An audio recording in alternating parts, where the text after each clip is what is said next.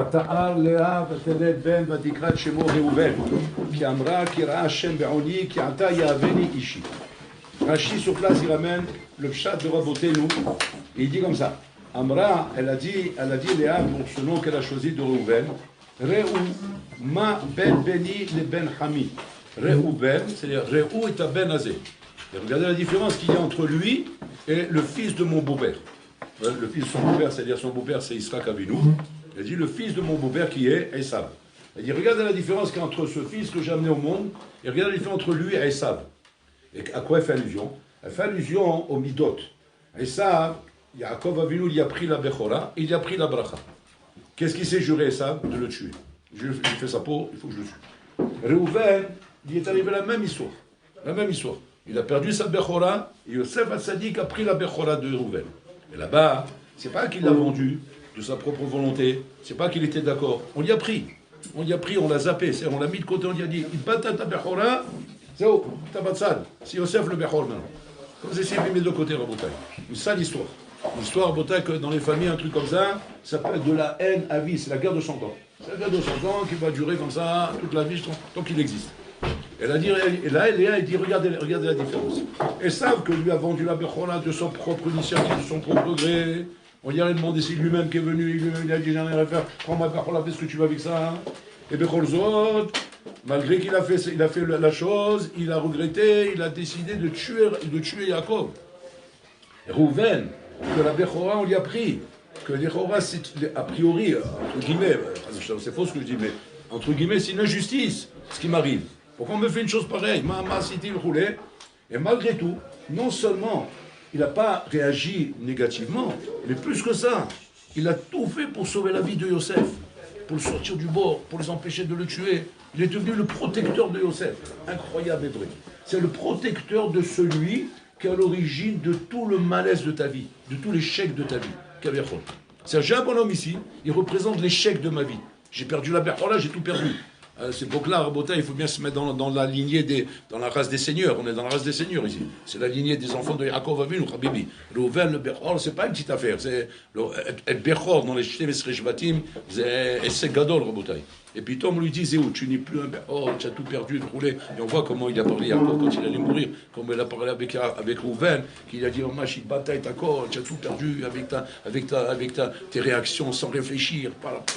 Mach, comment tu réfléchis pas. Bon, il a descendu, quoi, il a descendu. C'est-à-dire que Yosef est pour Reuven, Mamash, comment dire, l'incarnation du mal, de ce qu'il a fait perdre toute sa vie. Normalement, il doit avoir un trauma à vie, traumatisé, Rabotaï, et que rien qu'il voit Yosef, normalement, il doit s'évanouir ou bien il étrangle. Il étrangle, tellement qu'il a traumatisé Yosef. Non seulement ça, qu'est-ce qu'il fait? Il est devenu le protecteur de Yosef. C'est qu'il se bagarre pour le sauver, il se bagarre contre ses frères, qui ne font ni plus ni moins que le travail à sa place. Qu'est-ce que tu peux dire de plus? Un bonhomme, il t'a fait une crasse comme ça. Et tu vois maintenant des bonhommes s'en prendre à lui. Même si toi, Nagui, tu ne vas pas être actif dans la chose, parce que tu dis, c'est pas beau. C'est pas beau. Mais quelque part, c'est du miel. C'est du miel. Tu dis, Yallah, continuez comme ça, c'est très bien. Même si je ne dis pas, je le pense. Pourquoi? Parce qu'ils me font du bien, aussi Mlitov. Quel bien ils te font? Qu'ils sont en train, Habibi, de faire justice. Faire justice à un imposteur qui m'a fait du mal. Et quand je vois comment les Chora, la justice se fait dans le monde, et qu'on voit comment les Maasé, ce bonhomme-là, qui était quelque part un bonhomme qui m'a fait du mal, et que maintenant je vois comment le Mazal se tourne contre lui, et comment il se prend dans la tête maintenant, En Malasot, je me réjouis. Je me réjouis intérieurement, on ne va pas dire extérieurement, je ne vais pas dire Azakobalo, je ne suis pas un mouchrat, mais intérieurement, on va dire que je suis bien, on va dire que ça me fait du bien. Mais ça me fait du bien pas parce que je suis méchant, parce que quelque part je dis, non, qu'il y a un peu de justice dans le monde. On va laisser les gens comme ça écraser les gens et croire qu'on fait ce qu'on veut, et quand on voit la justice arriver, ni flamme, mais oh, c'est bien, c'est très bien comme ça. Parce que n'oubliez pas que Yosef, comme il était vu par les frères, comme un Rodef. Il était vu comme un Rodef. Nous, on connaît l'histoire parce qu'on a toute la Torah, nous. Mais mettez-vous là-bas dans le contexte, Rabotaï. Yosef, c'était le Rodef dans la Mishpara. C'est celui qui allait tout raconter au père. C'était la balance là-bas qui racontait tout au père, le roulé. Et que le père, à cause de ça, il voulait tuer tout le monde. Tu te rends compte un peu quand tu as un frère comme ça, mais tu as envie de l'envoyer en pâturage au truc là-bas, au canard, non pas au canard, au léopard, je sais pas, tu peux te débarrasser de lui. C'est quoi cette histoire? Qu'est-ce qu'il va faire celui-là? Il est en train de nous rendre fou, quoi. Donc pour eux, il est Hamita. Il est Hamita, c'est un Rodef, il veut nous exterminer. Il est Hamita. Et Rouven, quand il voit ça, qu'est-ce que tu vas te prendre la tête? Ils ont fait un bedin, marque pas de terrain, ils savent ce qu'ils ont en train de faire. Non, c'est là, c'est l'autre. Maïnyan Rabotai, Léa dit Reuben, Beni, les Ben Lecham. Regardez la différence entre là et là. Qu'est-ce qu'elle veut dire, Léa? Léa veut mettre en avant ici, Rabotai, comment dire, la Mara de ce qu'on pose à la Torah. La Mara dans Shabbat, elle dit comme ça. Miché Omer, Sharishonim, Ken, Malachim, Azhu Ben Adam. Celui qui dit que les Rishonim sont des Malachim, alors tu es un Ben Adam. Mais celui qui dit que les Rishonim sont des Ben Adam, Azata Hamor, Velo, Afilu ke Hamor Shabim Benedosa, Biesh Omrim ke Hamor Shabim Az Ben Yair. Bon, là-bas, il y a deux malachim, une afkamina, entre les deux hamorim. C'est deux souks de hamorim. Il y a qui t'a lève, qui t'a bête. Ça, c'est deux souks. On ne rentre pas dans cette souga, c'est une souga en soi. Maintenant, dans la souga qui vous intéresse. Qu'est-ce que ça veut dire ça? Celui qui dit que les rishonim sont des malachim, alors tu es un ben adam. C'est-à-dire que toi, maintenant, tu vas parler des chachamim, des tanaïm, des amoraïm, des rishonim. Les rishonim, ça veut dire tout ce qui est au-dessus de toi. C'est au-dessus de toi. Nous sommes les acharonim, tout ce qui est au-dessus de nous. Celui qui dit sur les Rishonim, c'est-à-dire tes ancêtres, que c'est des Malachim, alors à ce moment-là, tu es un Ben Adam. Mais Chaora, pourquoi faire la comparaison de cette manière? Pourquoi tu as besoin de dire qu'ils sont des Malachim, on est des Ben Adam? Ce sont deux mines différentes, deux mines qui n'ont rien à voir. Adam et Malach, c'est deux mines différentes. Quand tu fais une comparaison et tu veux me montrer qu'une chose est plus grande qu'une autre, qu'est-ce que tu fais? Tu fais une comparaison par rapport à deux minimes de la même espèce, mais en me montrant qu'on a un plus grand que l'autre. Qu'est-ce que tu aurais dû dire normalement? Celui qui dit que sur les Rishonim sont des grands hommes, alors lui c'est un petit homme. Là je comprends. On est de la même espèce, on est du même mine, ce sont des Ben Adam. Il y a des grands et des petits, c'est des grands hommes, des petits hommes. Mais quand tu me dis c'est des Malachim et c'est un Ben Adam, je suis en train de me dire, Bichlal, que je ne peux même pas comprendre, Bichlal, le concept des Rishonim. C'est Malachim. Toi tu es un Ben Adam, c'est-à-dire que tu n'es pas sur la même planète, Habibi. Tu n'habites pas la même adresse. Pourquoi ils font comme ça? Pourquoi quand les Chachamim veulent nous donner Rabotai une idée de comparaison? Pourquoi ils prennent des éléments de comparaison qui sont au-delà de l'esprit humain? C'est comme si je vais te faire comprendre un truc, je te dis, parle dans mon langage que je comprenne. Dis-moi des choses, des concepts qu'il y a dans ma tête. Grand homme, petit homme, très intelligent, moins intelligent. Fais-moi une moyenne de maths, par exemple. Voilà. Lui, tu as Rishonim, ils ont 100 en maths. Toi, tu as 50. Alors voilà, je comprends un petit peu. C'est des moussagim que je comprends. Mais là, tu montes des moussagim, malachim. On sait ce que c'est un malach, et tu dis, voilà. Et toi, tu vas dire, si le Rishonim, c'est des malachim. C'est-à-dire que tu dis, c'est un malach. C'est un malach. Je sais ce que tu dis quand tu dis c'est un malach. Je ne sais même pas ce que tu parles. Tu es en train de dire des ch'touillottes, je ne sais même pas ce que tu parles. C'est un malach. Voilà, tu as des images encore dans le dessin animé comme ça, avec des anges comme ça, des anges avec des ailes comme ça, c'est un malin. Madame Daber, je ne sais même pas ce que tu parles. Alors, et là, mais les Marzi, il est sérieux. Qu'est-ce qu'il dit? Celui qui dit sur les choses, c'est des malachim, tu es un Ben Adam. C'est-à-dire tu es un Ben Adam par rapport à lui. Sinon, si tu dis que c'est des Ben Adam, tu as. Ma kavana que je dis sur les choses, c'est des Ben Adam. Ma kavana, c'est-à-dire que je les regarde comme des Ben Adam. C'est-à-dire que j'essaie de comprendre le comportement des Rishonim comme le comportement d'un Ben Adam. A priori, c'est normal. C'est normal, parce que moi j'étudie sur Rabbi Akiva, j'essaie d'imaginer Rabbi Akiva Ben Adam. Et que maintenant j'analyse son comportement tel que je l'analyse comme un Ben Adam doit se comporter. Et ça me donne une préférence, ça me donne un élément de comparaison. On te dit, oui, va voy. C'est comme ça que tu analyses. Si c'est comme ça, tu es un Ahmad. Et tu n'es même pas le Hamad de la Bible Hazben Yair. C'est nos rabayom. Alors comment tu dois analyser? Comme des malachim. C'est quoi analyser comme des malachim? C'est quoi le pshat? Alors c'est ce que Léa vient nous apprendre ici. Léa vient nous apprendre que l'analyse que tu dois donner Rabotai aux Rishonim, qui sont tous nos ancêtres, c'est-à-dire tous ceux qui sont au-dessus de nous, que de eux on apprend. C'est d'eux qu'on puise toute notre chorma avec là. Et cette chorma que tu puises d'eux doit être puisée Rabotai avec le concept de dire c'est des malachim. Ma kavana c'est des malachim.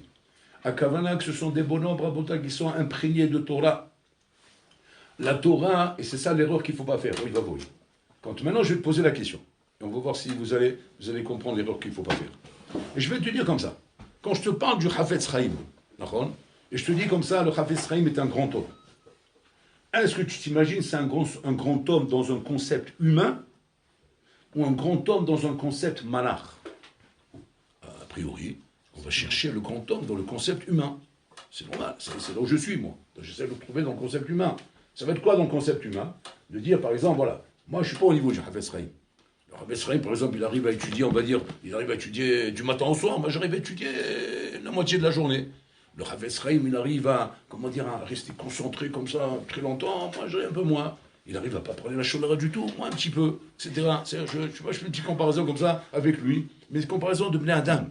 C'est faux. C'est une erreur d'Ashkafa Hamoura Me'od de faire ça en bouteille. C'est une erreur Hamoura Me'od. C'est ce qu'elle vient ici, Léa nous apprendre. Il vient dire, oh, il va bon de réfléchir comme ça.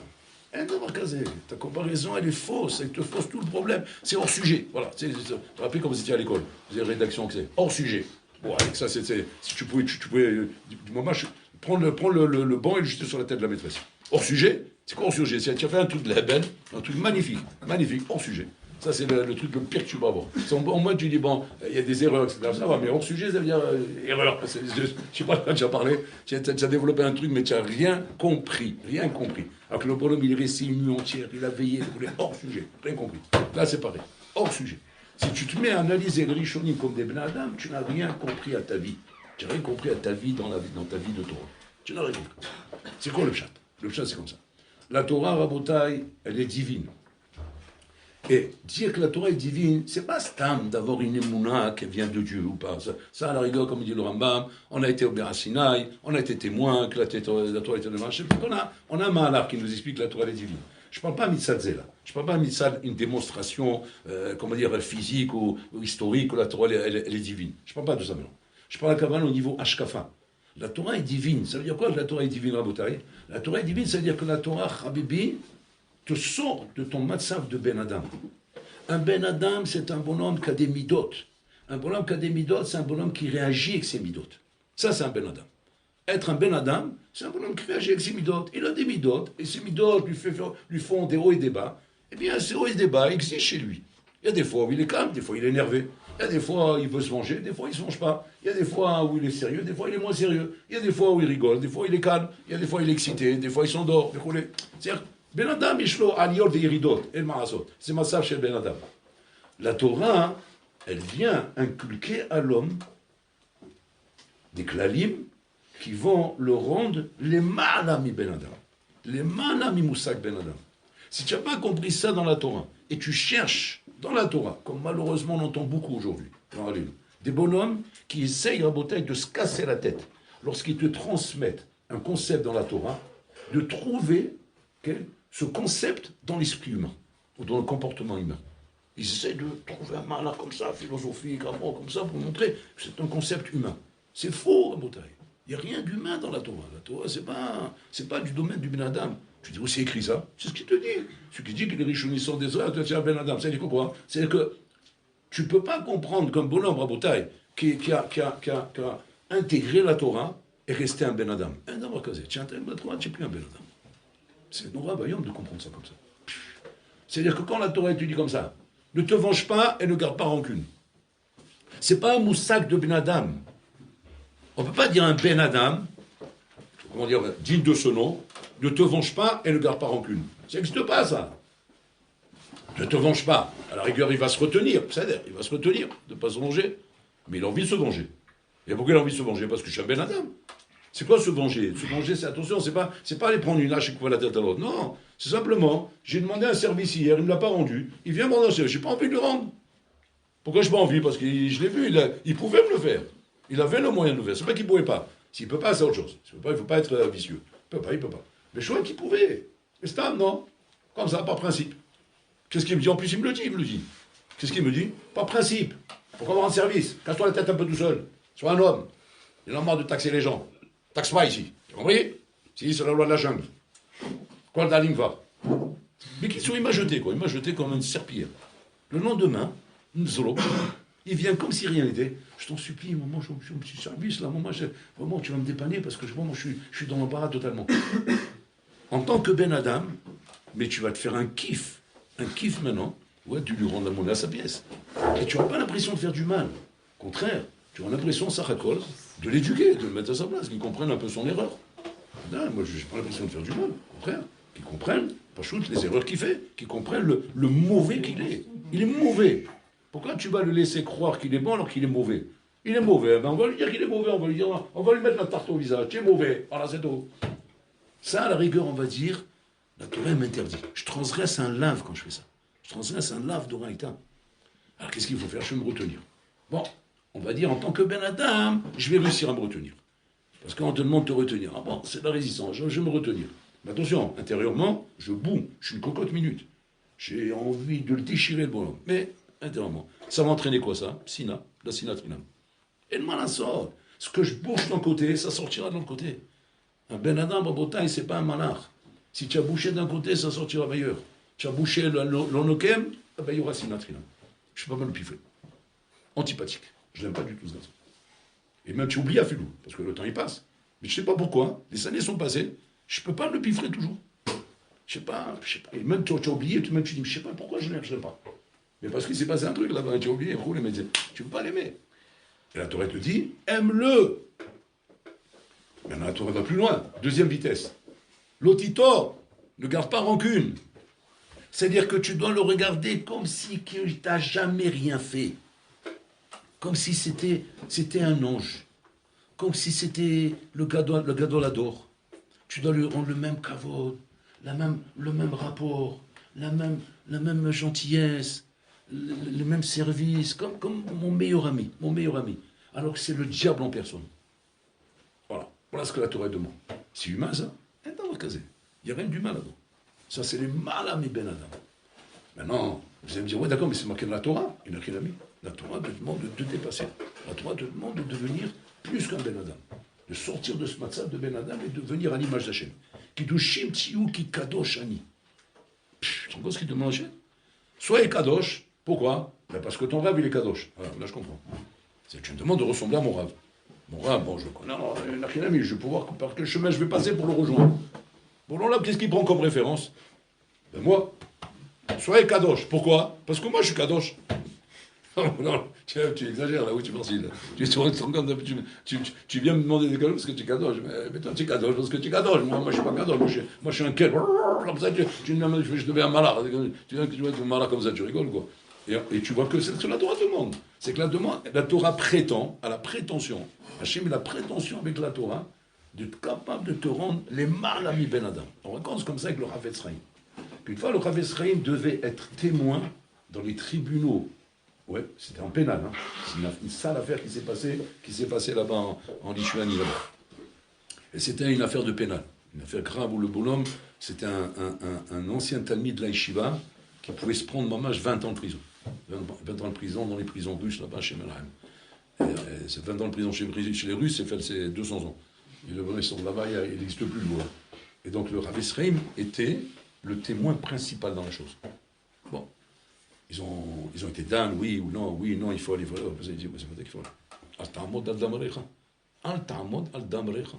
Je n'ai pas le droit de laisser le sang de mon prochain couler et rester comme ça sans rien faire. Si ça peut l'aider, je dois l'aider. Alors ils ont dit, ouais, mais c'est peut-être Riboul Hashem, on va voir le grand rabbin là-bas, plutôt, tous les gens vont entendre, regarde ces affaires. Il dit, Al-Ta'amod al-Damrecha. Il n'y a pas de Riboul Hashem si on doit faire ce que la Torah nous demande de faire. Quand on fait ce que la Torah nous demande de faire, on n'entre pas dans les considérations de Riboul Hashem. Ça, c'est uniquement quand on ne fait pas ce que la Torah demande. Quand on fait ce que la Torah demande, il n'y a pas le considération. Je vais. Donc il est parti le Chavetz Chaim. Et le Chavetz représentait le témoin principal qui était censé, avec son témoignage, acquitter le bonhomme.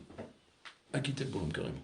Maintenant, le bonhomme, bien sûr, avec le conseil de tous les rabbinim, il a pris un des meilleurs avocats d'Europe. C'est un tueur à gage. Ils ont ramassé de l'argent, ils ont payé un super avocat, parce que bon, ils voulaient le sauver, de ne pas rentrer en prison. C'est un Talmid Yeshiva, le pauvre. Alors ils ont mis un super avocat. Et on donne la parole au Chavetz Chaim pour donner son témoignage. Et le Chavetz Chaim donne son témoignage. Bon, si tu prends la parole du Chavetz Chaim à la lettre, le bonhomme, effectivement, il n'a rien fait. Mais il y avait là-bas les accusateurs, le procureur, le juge, etc. C'est des slémens, c'est le moment des mauvais. Ils savaient faire des pirouettes, ils savaient comment tourner les choses et ne pas croire le Chavetz Chaim. Parce que beaucoup, dans ce qu'il a dit, le Chavetz Chaim était basé sur la bonne foi. Ce n'est pas sur du concret. C'est normal, lui, il va dire les Hazakot, les Nyanim, ils ne connaissent pas ça. Ils ne connaissent pas Hazaka, Hazkat Kachou, c'est quelque chose. C'est un bandit, il va me prouver que c'est pas un bandit. Donc, il j'écoute pas. Maintenant, qu'est-ce qu'il a fait l'avocat? L'avocat, hein, il voyait que ça se passait pas bien, ça se tournait mal. Parce qu'il a vu c'était le aide principal. Et le principal qui était censé normalement donner à l'avocat du Homer pour aider, ça s'est mal passé. Parce qu'il est venu trop avec des ignanim, comment dire, bon, il ne connaît pas le Rav Israël, il ne connaît pas les vices et les feintes qu'on fait en matière de justice. Donc il a dit, bitmimout. Donc l'avocat, qu'est-ce qu'il a fait? Il a essayé de rattraper la chose en amenant un sipour qui s'est passé avec le Rav Israël. Donc il a parlé, il a fini de parler, l'avocat demande de prendre la parole. Le juge, il lui donne la parole. Il dit, je tiens à vous dire quelque chose d'important sur le témoin que vous avez écouté maintenant. Il dit, bon, on écoute. Il dit comme ça. Il s'est passé une histoire avec le Hafez Chaim. Cette histoire, je peux amener des témoins qu'elle est vraie, cette histoire. Ok? C'est quoi l'histoire? L'histoire, elle est comme ça. Il est rentré un voleur chez le Hafez Chaim. Il y a volé toute l'argenterie. Toute l'argenterie, si vous êtes dans les maisons ashkénazes comme ça, qu'on a amené avec ça, ils ont l'argenterie comme ça, ils ont le truc en argent là-bas. Et le voleur est rentré là-bas, il a pris un sac poubelle, il a volé toute l'argenterie du Hafez Chaim, et il va pour partir. Il va pour partir, il passe la porte, pitom, quelqu'un de la maison le voit, il crie au voleur, le Hafez Chaim il se lève, etc. C'est dans la nuit, la rabbinite se lève, tout le monde se lève et roulait, et tout le monde sont criés au voleur, en train de essayer de voir si les gens ils peuvent l'attraper ou quoi. Et le Hafez Chaim il se met à crier aussi. Alors maintenant, ils veulent entendre qu'est-ce qu'il crie, parce qu'il le pauvre était vieux, donc il n'arrive pas pour respect, ils ont essayé de crier. Qu'est-ce qu'il disait? Le Rabbi était en train de crier Macholecha, Macholecha, Macholecha. Eux, ils sont en train de crier au voleur, pour attraper le voleur. Et on va l'attraper, on va le zigouiller, le voleur. Comment il a osé voler chez le Hafez Chaim. Et le Hafez, il est en train d'hurler Macholecha, Macholecha. Alors il leur dit, l'avocat, il dit au juge, je vous raconte cette histoire pour que vous compreniez à qui vous avez affaire. Que c'est un bonhomme qui a une tellement grande qualité au niveau rapport humain qu'il ne pourrait pas sortir de sa bouche le moins de mensonges.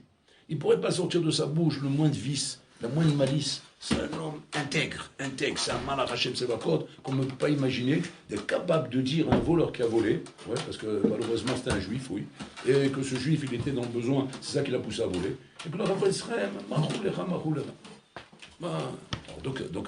vous allez faire un homme important, un homme rachou. Donc il faut l'écouter.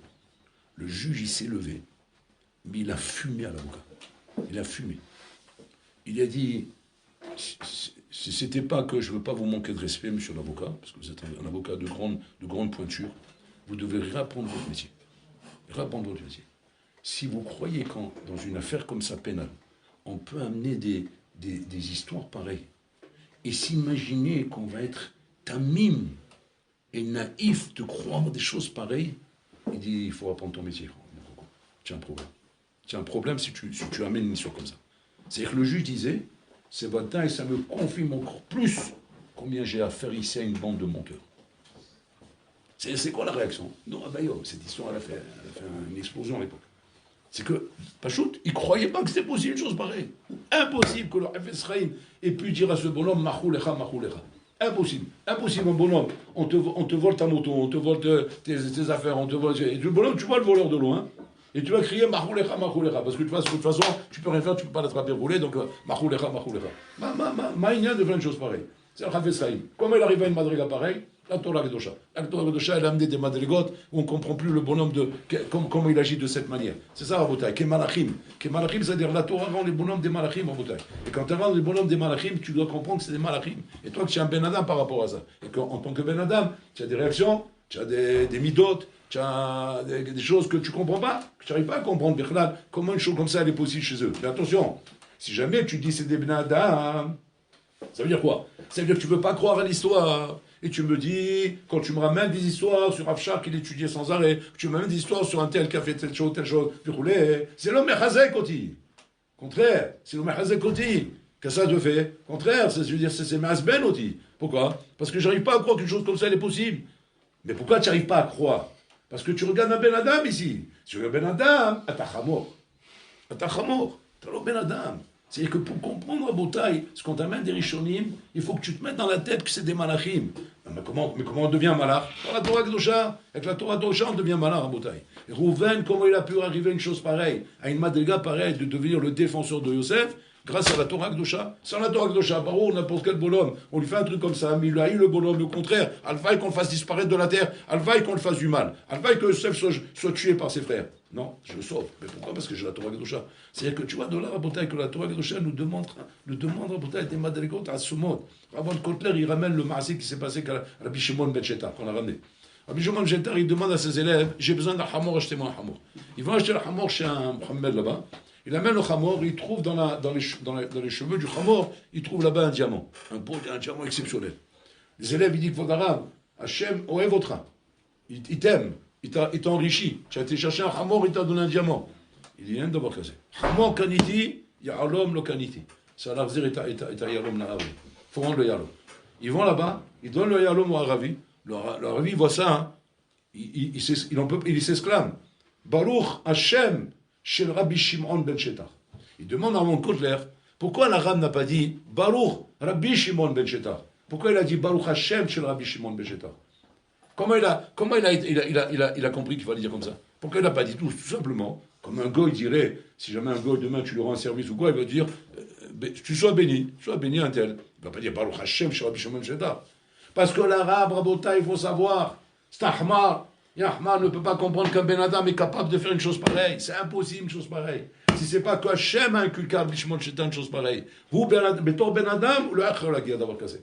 Un d'avoir casé, c'est le Ben Adam. Quand Ben Adam, il va trouver un diamant comme ça, il va le rendre. Un d'avoir casé, le Kayam d'avoir casé. Comme il dit dans le Maseret Shabbat là-bas. Que les goïms, l'oma minim, shiyudi shomer Shabbat. L'oma minim. C'est quoi la Tana? Il dit c'est du bluff. C'est des menteurs.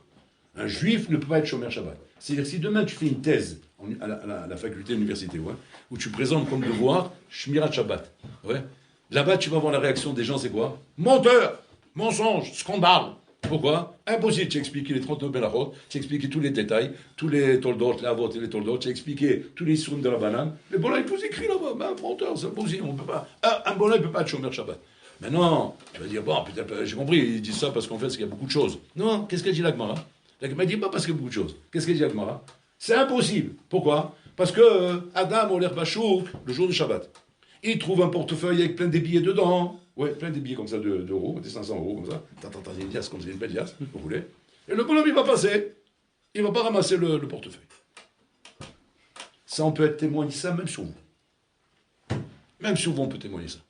Voilà, une chose sur laquelle vous pouvez vous vanter. Je pense, hein. Je pense pas me tromper. Tu ramasserais le portefeuille. Je parle avec toi. Je sais pas avec lequel, mais je parle avec un. Tu ramassais le portefeuille, beaucoup ils vont me dire non. Et bébé, tu serais honnête de me dire non, je ramasse pas le portefeuille. Mais quelle force tu as de faire ça? Quelle force tu as de ne pas le ramasser? Il n'y a pas où le cacher, hein. Je ne parle pas, tu peux donner un coup de pied ou je ne parle pas de ça. Il n'y a pas. Ouais, je sais où vous êtes. ma chance, c'est que je ne vous laisse pas parler en vous ça. C'est ça ma chance. Je sais où vous êtes. Mais il n'y a pas. Ah, ce genre, c'est un endroit bien où il n'y a pas. Tu peux rien faire là. Tu peux rien faire, sinon il va falloir que tu te balades avec comme ça, je ne sais pas combien de kilomètres pour le cacher. Qu'est-ce que tu vas faire? Bon, ça va. J'aimerais bien savoir combien il y a dedans pour savoir combien il vaut ma avoda d'être chômeur la melha de ici. On ne va pas ramasser au bon mouxé. Parce que c'est le problème qu'il y a ici. Et ça, parce que le goy ne peut pas croire une chose pareille, que tu vas laisser le portefeuille, tu ne peux pas le ramasser. Sur ça, il se base pour dire impossible qu'il soit chômeur. Il n'est pas en train de dire parce qu'il y a plein de belachot. Non, elle pour ça. Qu'est-ce que tu vas de là? Tu vas de là qu'il y a un ami. Quand bonhomme, quand il analyse une situation, il analyse en tant que Ben Adam. Et donc il projette encore de Ben Adam. C'est ce qui se passe ici en Israël, Rabotai. En Israël, quand ils te disent maintenant, mais pourquoi tu ne vas pas à l'armée? C'est quoi cette histoire? C'est quoi cette Torah? C'est quoi ces choses-là? Ça n'existe pas. Et toi tu dis, Anissa l'inbo Torah. Mais tu te rends compte le décalage Hatsoum qui est ici? Tu te rends compte le scandale que tu es en train de parler? Mais je suis en train de te moquer du monde ou quoi? On a dit, Mohamed, il va nous exterminer. On est entouré d'1 milliard d'Arabes, 1 milliard de melons. Autour de nous, Rabotai, ils n'ont qu'une idée en tête, c'est quoi? Nous exterminer. Combien on est? Un petit groupe de brebis, autour de 70 loups. Et il me dit donc, hey, d'accord, on est en train d'essayer, rien une bronche, rien une bouche, il te coupe la tête à la main, on voit les attentats, alors qui se passent sans arrêt en Rabotai. C'est-à-dire quoi? Tu es en danger, tu es sakana. Maintenant, je te dis quoi? Ben, apprends à tenir un fusil, apprends à te battre, enrôle-toi dans l'armée, fais quelque chose, protège ce pays. C'est quoi la réponse que tu donnes? Ani Saleh l'ilmod Torah. Mais attends, tu es fou. Demain, tu vas passer Shabbat dans la famille, etc. Ouais. Ça loue pas, ça. Ils vont te poser la question. Il va dire, mon neveu, chéri, adoré, que j'aime beaucoup. J'ai une petite question que je veux te poser. C'est quoi? Dis-moi, comment vous... C'est quoi la Tana que vous dites, là? Je comprends pas. Je suis pas d'accord que ce pays, il faut des soldats. Voilà, c'est un pays en guerre, c'est un pays en danger. Il faut une armée, il faut des soldats. D'accord? Alors pourquoi je comprends pas. On ne parle pas de bandes qui ont des bras cassés ou ils sont sur des chaises roulantes, genre, allez-nous. Bon, des bandes qui sont aptes à aller à l'armée. Pourquoi tu ne vas pas servir l'armée? Pourquoi ces bonhommes qui vont eux, ils vont eux, toi tu ne vas pas? Qu'est-ce que tu dis? Anissa le Montora. Voilà, pour ce que je ne veux pas. Ce n'est pas une ta'ana de Bnei Adam. C'est l'autre ta'ana chez Bnei Adam. C'est ta'ana chez le Torah. C'est ta'ana chez le Torah. Et la Torah, elle te demande d'être en accord avec la Torah. Elle t'a demandé d'être en accord avec le Bnei Adam. Maintenant, parce qu'il y a des choses qu'il faut faire attention, comme Aretaïn, des choses comme ça, bataille. Mais là, on parle que le bonhomme, il a qu'il a mis, je ne peux pas m'arranger avec lui. Ou l'on m'est aussi.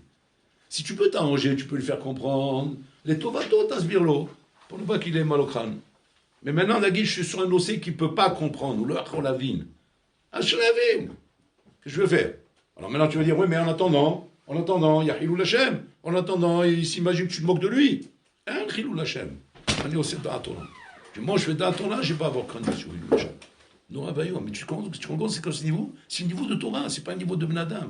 Niveau de Ben Adam, là, elle s'arrête à Aliyah. Là, ta Vodat Hashem, elle s'arrête.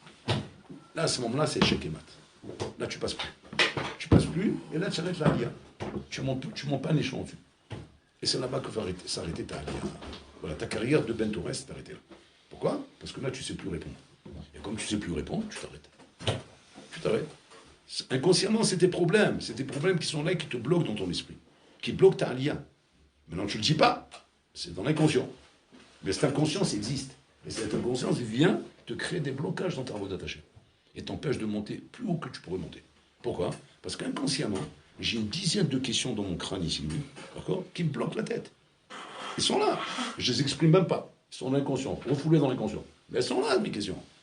Et d'ailleurs, je me sens mal quand j'entends un bonhomme la poser cette question. Parce que je l'ai, la question. Et je me sens incohérent quand j'essaie, et mauvaise foi, quand j'essaie de le repousser. Parce que je suis d'accord avec lui. Et ça, je le sens. Et quand tu le sens, tu criais, ça y est, tu es mort. Chantez que vous l'attrape. Là-bas, on t'enterre. Ça y est, ta carrière, elle est terminée. Tu ne vas pas plus loin, c'est même pas la peine. Descends du train. Tu ne pourras pas aller plus loin. Après, c'est du mytho. Tu ne pourras pas faire semblant. Parce que même tu vas faire semblant, à un moment donné, tu vas tomber du train. Et elle m'en a sorti. Donc, comment on fait? Elle m'en a sorti. Il faut que tu ailles jusqu'au bout. Kemalachim. Kemalachim, c'est-à-dire quoi? Qu'à un moment donné, l'achinami, je ne comprends pas. Alors, qu'est-ce qu'on dit quand on ne comprend pas? Gezerat akatov. Gezerat akatov. Quoi, c'est une réponse, ça? Oui, c'est normal, le chat, c'est son cerf. Ils ne se gênent pas du tout.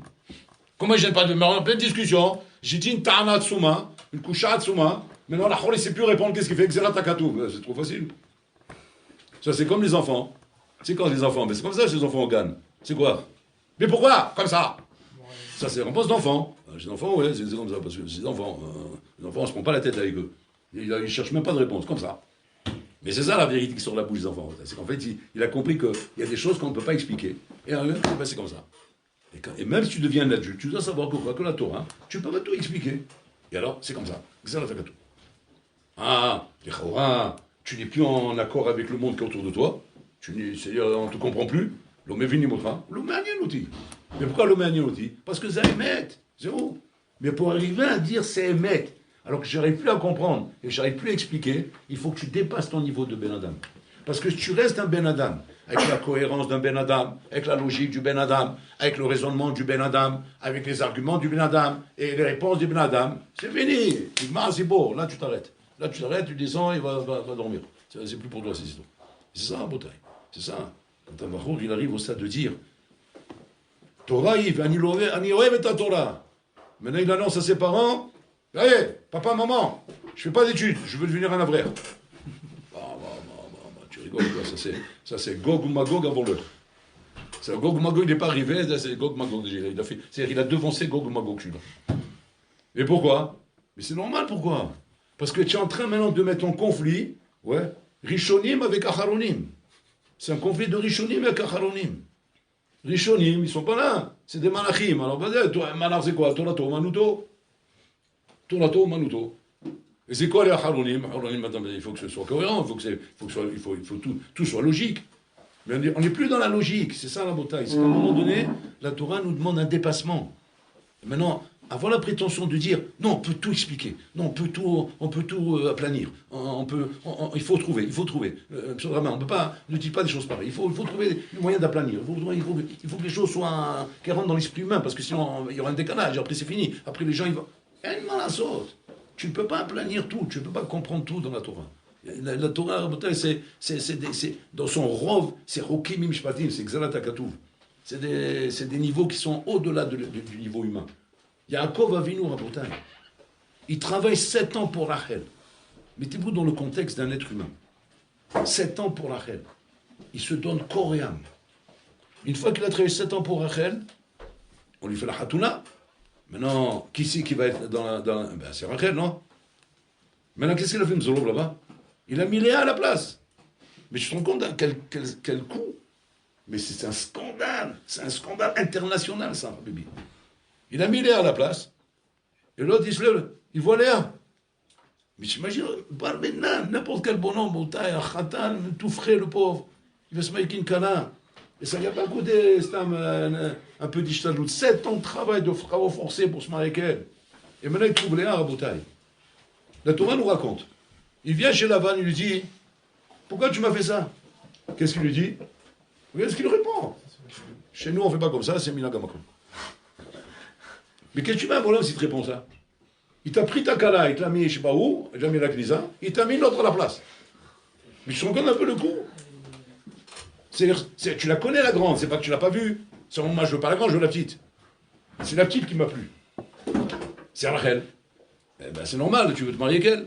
Et maintenant on te met la grande. Ben j'ai rien contre elle, elle est gentille, mais c'est pas pour moi. Je veux pas me marier avec elle, moi. Moi je veux me marier avec Rachel. Mais un truc comme ça, comment tu réagis?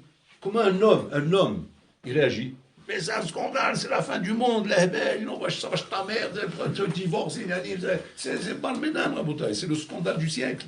C'est le scandale qui va être dans tous les journaux. Il y a encore une pose la question de Masita, Minagamakom. Vous croyez qu'il s'arrête là? Il ne s'arrête pas là. Qu'est-ce qu'il dit Lavan? Il dit, tu veux Rachel? Je sais pas. Ouais. Mais tu vas travailler encore 7 ans. Vous vous rendez compte un peu? Mais un truc comme ça, mais tu rigoles quoi? Mais même si tu es un pacifique, mais tu vas devenir un sanguinaire. Tu vas devenir Dracula, tu vas y avaler tout son sang, tu vois. Tu peux pas. Tu vas l'étrangler, tu vas devenir un assassin alors que tu es un pacifique. Tu vas travailler encore 7 ans. Mais dis-moi, tu n'as pas honte? Atalom, il bayesh. Il dit rien, il prend son sac, il va travailler. 7 ans pour avoir fait. Et à la fin, il a arrêté. Regardez, qu'est-ce que la Torah nous apprend? Ça, c'est des textes que nous lisons dans la paracha. Et qu'est-ce qu'on est censé apprendre de là? Maasa vot siman abanim. C'est-à-dire, tu es censé apprendre de là que quoi? Shakol pidei shamayim. C'est pas la vanne, c'est Borolam qui a décidé comme ça. Borolam, il voulait que ce soit Léa. Maintenant, c'est passé par lui. Si Yaakov, il n'est pas là-bas, si Yaakov, il n'est pas à cette madriga de comprendre que le Olam est dirigé par Hachem, et que le bonhomme, c'est un pion, ça raconte. Mais il ne peut pas passer. Chamtek Volato, ça y est, là, il s'arrête, le bonhomme. Ça allié dans vos attachés, mais il s'arrête là. Et ça, il te met une épreuve comme ça dans ta vie. Il dit, c'est beau, je rends les armes, je rends le tablier, je rentre chez ma mère, et je me fais une bouillabaisse. C'est fini, uniquement, c'est beau, je ne peux pas aller plus loin que ça. Tu rigoles quoi? Et là, comment tu passes? Comment tu passes? Parce que tu es un malach. Mais comment tu es un malach? Parce que j'ai la Torah. Et la Torah m'apprend à être un malach. C'est que j'apprends à voter le Abidouchim. C'est Hatsoum, ce qu'on est en train de dire ici. C'est Hatsoum ce que la Torah nous demande. La Torah te demande un dépassement de toi-même. Et tu ne sais pas jusqu'où il peut aller avec toi. Qu'est-ce qu'il peut vouloir de toi? Mais Hachem, c'est là-bas qu'il t'attend. Il t'attend Behor Ha'ar. Mamash, Mi'ale Behar Hachem. Il t'attend Behar Hachem. Et là-bas, Rabotai, pour arriver là-bas, il faut déjà s'exorciser, Rabotai, de nos midot raot, qui sont nos boulets qui nous collent dans le Adam, et qui font de toi de rester un Ben Adam, et de ne pas pouvoir devenir un malach. Parce que pour devenir un malach, il n'y a qu'un ami, il faut se dire, je suis un malach, parce que la Torah va me rendre un malach. La Torah est capable de me rendre malade. Mais sans la Torah, bon, ça ne commence même pas. C'est pas la peine de rêver. Alors le danger, il est quand le bonhomme veut expliquer la Torah dans un concept humain, de Ben Adam. Il veut comprendre la Torah selon un malheur humain. Et ça, c'est aujourd'hui, il y a beaucoup de choses qui se font de cette manière. Il n'y a pas le choix. On est obligé de trouver une approche pour pouvoir ne pas effrayer les gens. Mais c'est sûr que tôt ou tard, tu vas te trouver confronté, mais à la vraie Torah. La vraie Torah qui, à un moment donné, va te mettre en face de toi-même, va te dire, nous, tu accélères ou pas maintenant? Parce que ça y est, là, maintenant, tu es au bout. Tu es au bout de ce qu'un Ben Adam peut supporter. Maintenant, tu es prêt à accélérer ou tu n'es pas prêt à accélérer? Là-bas, tu arrêtes ou bien tu avances? Et là, si le Ben Adam qui est en toi, il est trop fort, et qu'il n'arrive pas à admettre le concept de la Torah, tu vas t'arrêter là. Tu vas t'arrêter là, et ça s'arrêtera là. C'est ta madriga, c'est ton niveau. Ou bien tu vas comprendre que quoi, que non, on parle de malachim ici. C'est la vie des anges, c'est la vie des malachim. La Torah, c'est pas un concept humain. C'est quelque chose qui demande dépassement de la personne. Donc forcément, il faut que je me dépasse. Et moi,